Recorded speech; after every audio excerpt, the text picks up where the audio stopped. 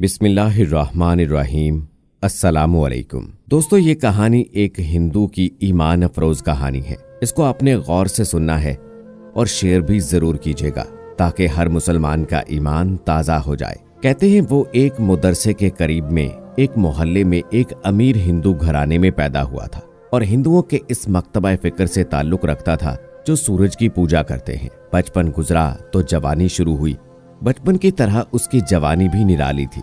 वो एक हमदर्द नौजवान था, हर दम हर वक्त किसी की मदद को तैयार, मजहबी तासुब से बालातर, मोहल्ले की सब खवातीन को मासी कहता, उनके काम करता।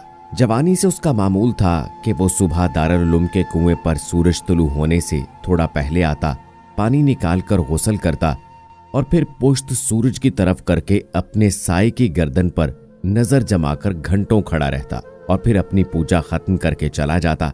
न उसने कभी दारुल उलूम के मोहतमिम से कोई रब्त ज़ब्त बढ़ाने की कोशिश की और न कभी उन्होंने उसे कुएं पर नहाने और मदरसे के एक कोने में अपनी इबादत करने से रोका।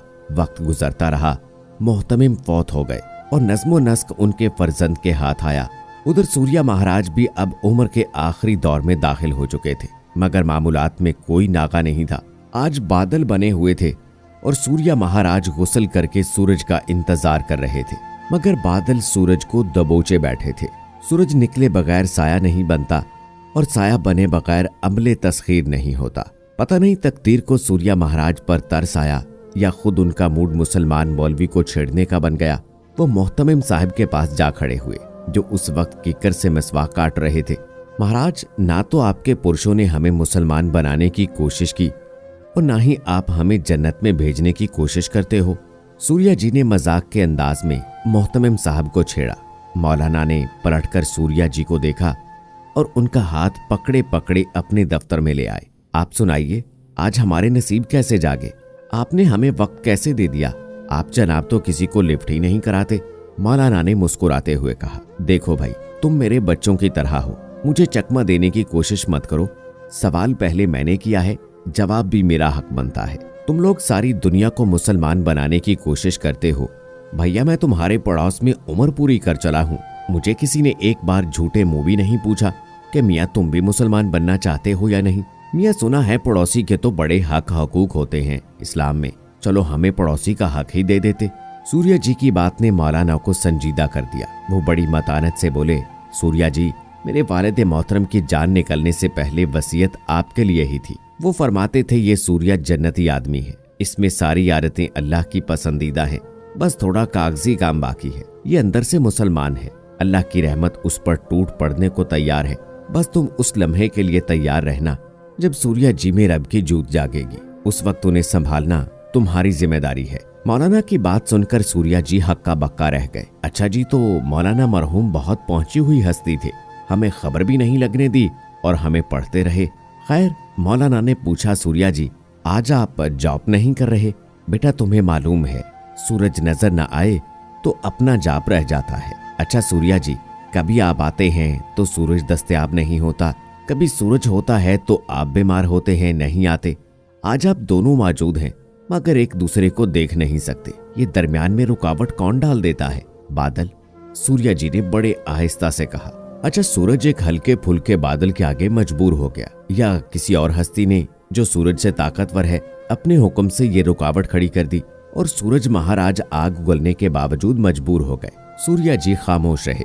अच्छा सूर्या जी, कभी ऐसा हुआ कि आपके नागे से नाखुश होकर सूरज ने भी गुस्से से अगले दिन नागा कर दिया हो और तुलू होने से इनकार कर दिया हो? ऐसा कैसे हो सकता है? सूर्या जी ने पलटकर जवाब दिया, ऐसा क्यों नहीं हो सकता? क्या सूरज देवता को गुस्सा नहीं आता या उसे आपके नागे की खबर नहीं होती? मौलाना ने नरमी से गुफ्तगू को जारी रखा। गुस्सा भी आता है और इस गुस्से से पनाह के लिए ही हम इसकी पूजा करते हैं और इन्हें हमारी पूजा की खबर भी होती है। मगर क्या मगर? मौलाना ने बात को जारी रखा, मगर सूरज देवता मजबूर है कि वो तुलू हो, वो अपनी मर्जी से तुलू गुरूब नहीं हो सकता। सूर्या जी ने एक सोचती हुई शक्ल के साथ जवाब दिया, महाराज, अगर देवता भी मजबूर होते हैं तो फिर हमारी मजबूरियां कैसे दूर करेंगे? एक मजबूर दूसरे मजबूर की क्या मदद कर सकता है?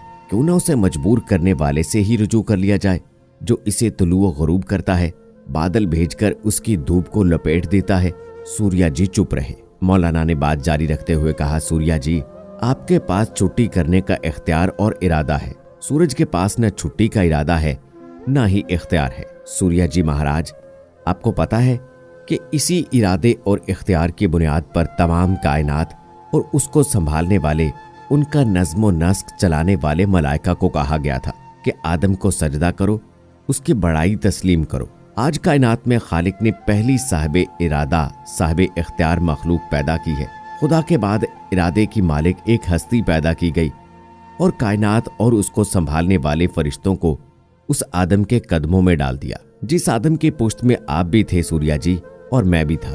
आपने आज तक उस इरादे को इस्तेमाल नहीं फरमाया, अपने शर्फ को इस्तेमाल नहीं किया। उसे वैसे का वैसा ही रब के पास लेकर चले जाओगे, उसे क्या मुंह दिखाओगे? उस सजदे की कीमत तो चुकाते जाओ जो उस अख्तियार के सदके फरिश्तों से कराया था। सूर्या जी एक खामोश तस्वीर बने बैठे थे। मौलवी जी पे भी जलाल और जमाल की दोनों सिफात का गलबा था। कभी एक आ रही थी तो कभी दूसरी। लगता था उन्होंने अपने पुरुषों की बात पल्ले बांधकर खूब तैयारी कर रखी थी सूर्या जी के इस्तकबाल की। सूर्या जी, आप बहुत नेक इंसान हैं। हम सब ने आपको बचपन से देखा हुआ है। शायद के मुसलमान मैं भी आप सा हमदर्द, सखी और खुदा तरस इंसान पूरी बस्ती में नहीं। मगर सूर्या जी, पेपर वर्क तो करना पड़ेगा। दिल के दरवाजे का ताला अंदर से खुलता है। अल्लाह ने सुन्नत बना रखी है। उसने नबियों के बाप, बेटों और बीवियों को भी हिदायत नहीं दी जब तक कि उन्होंने दिल का दरवाजा नहीं खोला। किसी के घर बगैर चाहे जाने से अल्लाह ने मना फरमाया है। उसका हुक्म है उसी घर में जाओ जिस घर का मालिक उनसे मोहब्बत से तुम्हें बुलाए। फिर वो आपके अंदर बगैर उन्स के, बगैर आपके बुलाए कैसे आ जाएगा? उसकी रहमत का समंदर आपकी चारपाई के गिर्द चक्कर काटता रहता है। सूर्या जी, बस जरा दिल की खिड़की खोल के देखो वो कैसे अंदर आता है। सूर्या जी उठकर चले तो लगता था कि वो जमीन पर नहीं, पानी पर चल रहे थे। जमीन उनके पांव तले से खिसक गई थी। वो रात कयामत की रात थी।